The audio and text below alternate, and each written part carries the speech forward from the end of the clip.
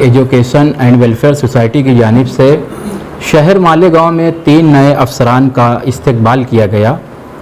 उसी के साथ साथ शहर मालेगांव के माजूरों का पीला राशन कार्ड जो बनाने का काम दिव्यांग सोसाइटी पीछे कई महीने से कर रही थी, उसको आज नए एफडीओ जो आए हैं,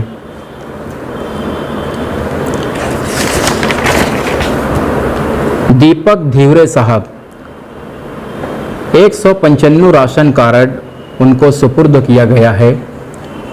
जो फ्रेश हैं पीला राशन कार्ड उनको बनाने के लिए दिया गया है और 66 राशन कार्ड ऐसा दिया गया है जो पहले से ऑनलाइन चल रहा है, उसको नाम कट करने का है। उसके बाद उन माजूरों को पीला राशन कार्ड बन के दिया जाएगा।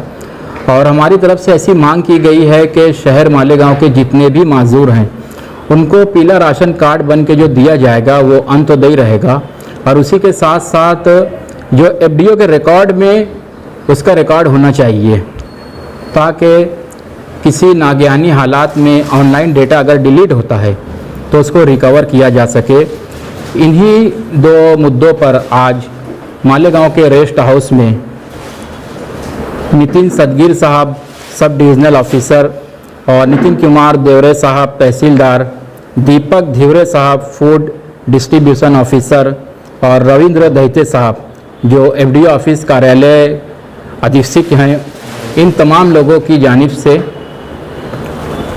इन लोगों का इस्तकबाल किया गया और हमारे जो मुतालबात हैं उनके सामने रखे गए।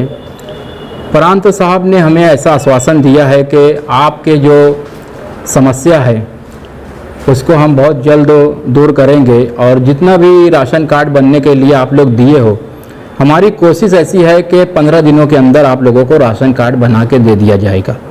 ऐसा प्रांत साहब ने आश्वासन दिया है। देखते हैं आगे क्या होता है।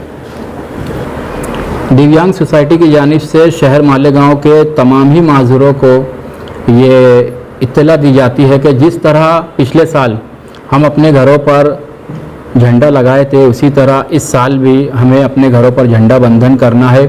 और झंडा बांधने से पहले मैं चाहूँगा कि झंडे के साथ एक सेल्फी ले ली जाए।